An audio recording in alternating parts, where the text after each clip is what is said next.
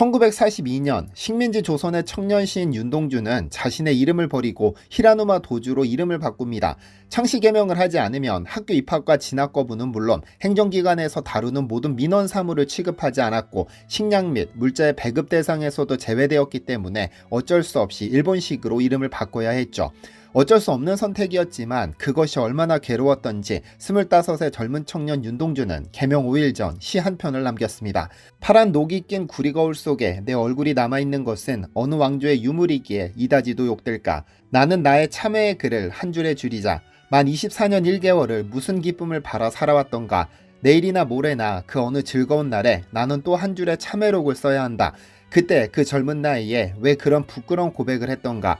밤이면 밤마다 나의 거울을 손바닥으로 발바닥으로 닦아보자. 그러면 어느 운석 밑으로 홀로 걸어가는 슬픈 사람의 뒷모양이 거울 속에 나타나온다. 그는 참회록에서 자신의 참담한 심경을 나타내는 소재로 청동거울을 선택했습니다. 청동거울은 청동검, 청동방울과 함께 천부삼인, 즉 우리 단군 신화에서 환인이 환웅에게 인간 세상을 다스리라며 내려준 신물입니다. 그런데 치욕스러운 일제강점기도 지나고 한국전쟁도 끝난 1960년대 후반, 이 청동거울과 인연을 맺게 된 미국인 여성이 있었으니 그녀의 이름은 존 카터 코벨. 서양인 최초로 일본 고대미술사로 콜롬비아 대학에서 박사학위를 받은 그녀는 일본 고대사 분야에서 가장 권위 있는 학자였습니다. 오로지 일본 미술사 하나만 판 덕분에 일본에서 거의 신처럼 추앙받으며 존경과 애정을 받았던 학자였습니다. 그녀가 한국에 대해 관심을 갖기 전까지는 말이죠.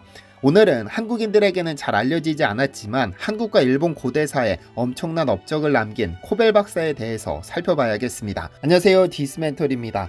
1910년 미국에서 태어난 코벨 박사는 1941년 콜롬비아 대학에서 일본 미술사와 고고학을 연구해 박사학위를 받은 후 일본 고대사에 심취해 일본에서 수십 년간 머물며 엄청난 사랑을 받았습니다.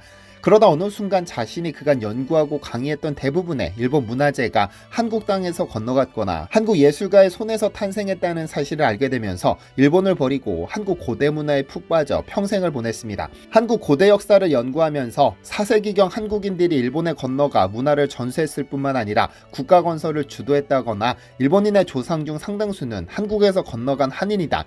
일본 왕실은 한국에서 말을 배에 싣고 건너간 모험가들이 건국한 왕실에서 시작된 것이다 등을 주장하면서 일본에서는 그야말로 매국노 또는 역적으로 취급받았습니다.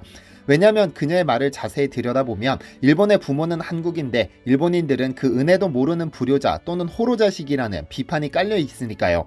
이는 아래에서 좀 더 자세히 살펴보는 것으로 하겠습니다. 일본 고대 문화를 평생 연구한 코벨 박사가 한국에 관심을 갖게 된 것은 1960년대 후반 덕수궁을 찾았다 골동품 가게에서 구매한 청동거울 덕분입니다. 그녀는 골동품상에서 청동거울 2점을 구매했는데 하나는 연잎 모양의 팔각형 테두리를 하고 있었고 다른 하나는 둥근 원형입니다. 2점 합쳐 $10에 샀는데 나중에 알고 보니 이 거울은 진품이었습니다.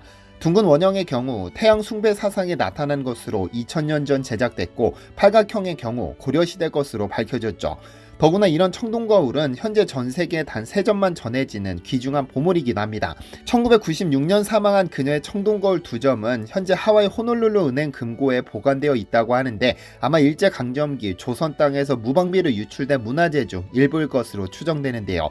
그때부터 그녀는 일본 고대사를 팠던 것만큼 열심히 한국 고대사를 파헤치기 시작했고 아예 한국에 눌러살기로 결심했습니다. 코벨 박사를 아는 한국인들은 그리 많지 않은데 그녀는 분명 한국인들에게 잊혀져서는 안 될 중요한 인물입니다. 그래서 오늘 영상을 제작하게 됐는데 잠시 그녀의 악력을 살펴보겠습니다. 1910년 미국에서 태어난 그녀는 젊은 시절을 일본 고대 미술사를 연구하며 보냈습니다. 1941년 콜롬비아 대학에서 15세기 일본의 선화가 세슈 연구로 박사학위를 받았습니다. 일본 교토의 다이토쿠지에 머물며 오랫동안 불교 미술을 연구하고 여러 권의 책을 쓰기도 했죠. 1959년부터 약 20년간 미국 리버사이드 캘리포니아 주립대와 하와이 대학 등에서 동양 미술사를 강의했는데 뒤늦게 일본 문화의 뿌리로서 한국 고대사에 대한 심도 있는 연구의 필요성을 느끼고 1978년부터 8년간 서울에 살았죠.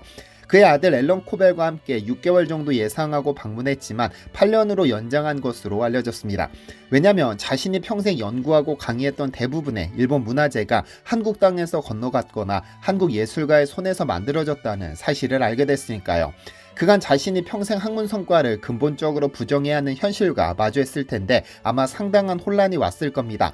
그렇게 8년간 그녀는 한일 고대사, 한국 미술, 불교, 도자기 등 한국 문화 현장을 알리게 된 사실을 쓴 글과 논문이 1400편이 넘고 한국이 일본 문화에 미친 영향, 한국 도자기의 세계, 부여 기마족과 외, 한국 문화의 뿌리, 한국의 문화유산 등 5권의 영문저서를 냈는데요.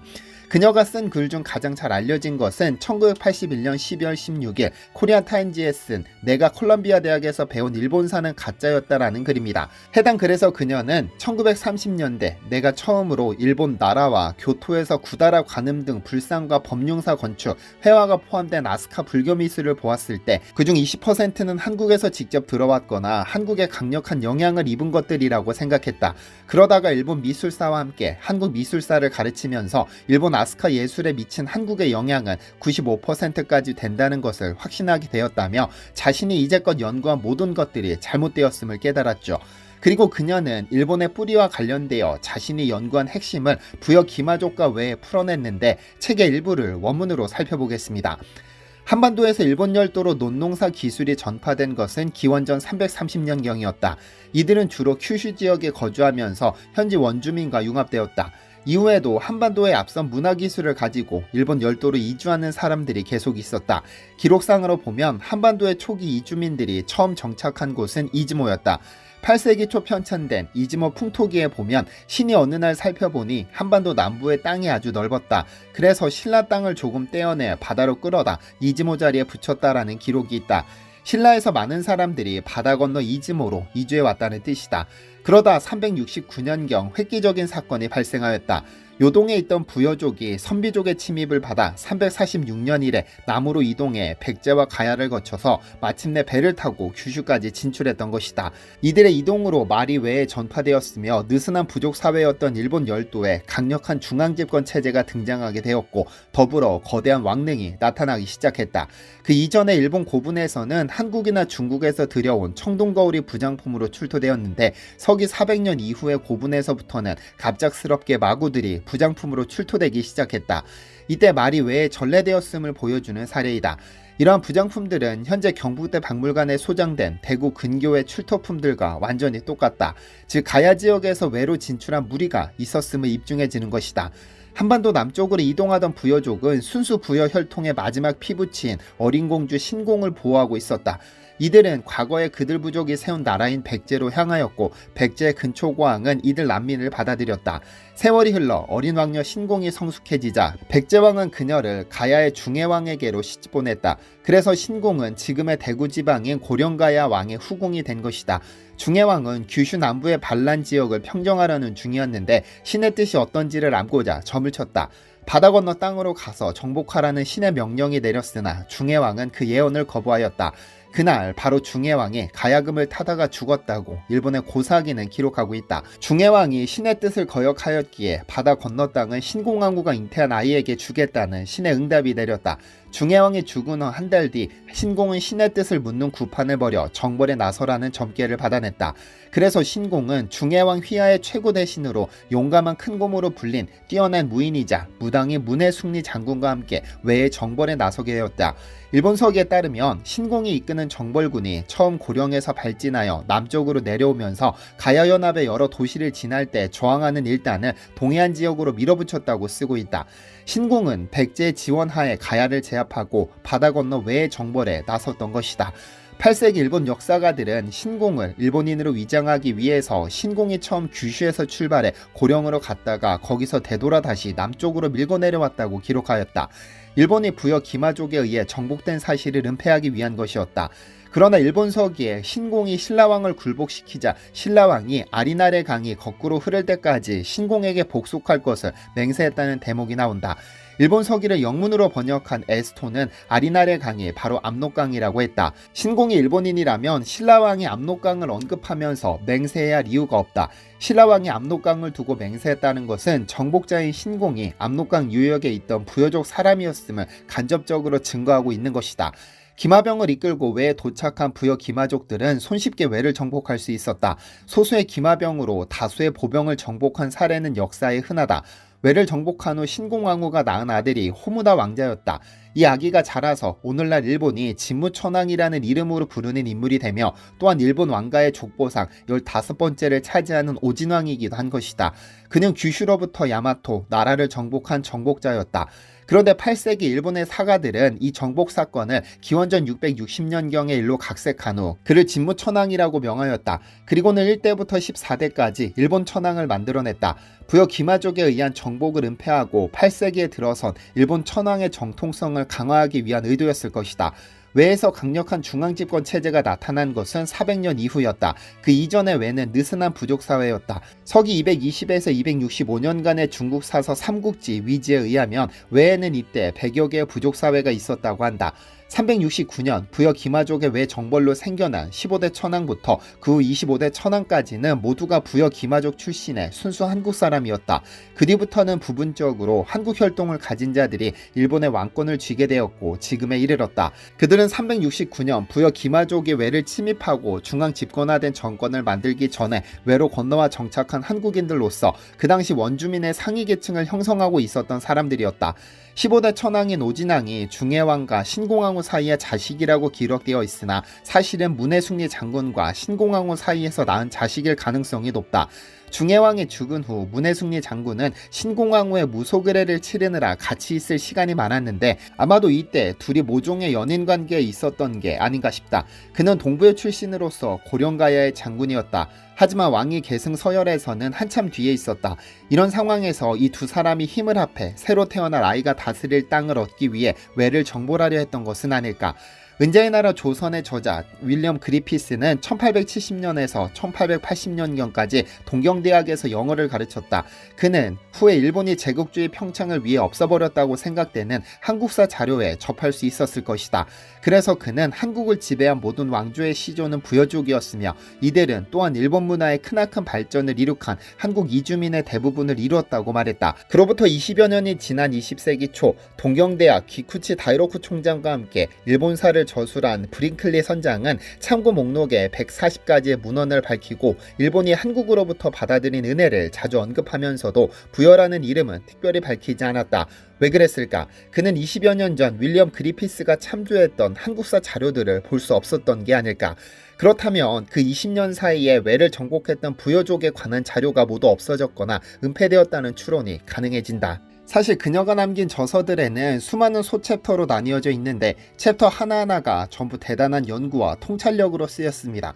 차후 기회가 되면 챕터별로 자세하게 다뤄볼 예정이니 기대해 주시면 좋겠습니다. 그런데 위에서 잠시 언급했듯 그녀가 1978년부터 약 8년간 한국에 살며 활동했었는데 한국에서 그녀는 존경받았을까요? 아닙니다. 절대 존경받지 못했습니다. 현재 일본은 한국으로부터 문화를 전수받았다는 사실을 은폐하고 있을 뿐 아니라 대려 임나 일본 부서를 통해 자신들이 한국을 지배했었다는 주장을 펴고 있습니다. 일본 미술사 분야의 거장을 꿈꾸던 코벨은 일본에서 발굴되는 고대 유물의 대부분이 한국 땅에 뿌리를 두었다는 고대사의 진실을 눈치챘고 그때부터 매우 대담한 주장들을 쏟아냈죠.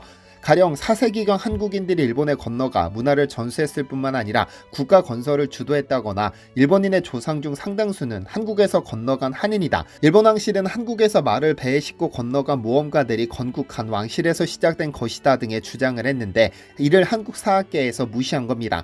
그녀의 학문적인 업적으로 보나 객관적인 경력으로 보나 한국 강단이 떠받들어도 시원찮을 판에 그녀를 인정하는 한국학자는 거의 없었죠. 한국인들이 열도로 건너가 열도의 왕조를 세웠다는 주장을 1960년대에 폈던 학자가 있는데 바로 북한의 김석형입니다. 이 주장으로 일본이 바짝 긴장했었는데 그의 자료를 면밀히 검토한 코벨은 그때부터 김석형과 궤를 같이 하는 주장을 내놨죠. 그런데 당시 그러니까 1960년대 한국은 북한 학자의 말이라면 고추로 고추장을 담는다고 해도 받아들여서는 안 되는 상황이어서 코벨의 이러한 연구가 학계에 반영된다는 것은 원천적으로 불가능했죠. 한국 제도권 학계가 냉전 이념 대립을 이용해 기득권을 지켰는지는 모르겠으나 그 대가는 참담합니다. 이후 한일 고대사 분야에서 사실상 학문적 기능이 마비됐으니까요. 안타까운 일입니다. 코벨 박사는 많은 한국 역사학자들이 일본식 주입교육 아래 진실을 밝히는데 지나치게 겁을 먹고 있다며 안타까움을 표했습니다. 그녀는 자신이 평생 연구한 성과를 완전히 뒤엎으면서도 새로운 연구를 시작해 일가를 잃었는데 왜 한국인이 아닌 파란 눈 외국인이 광야에서 홀로 외로이 싸웠어야 했을까요? 시청해주셔서 감사합니다.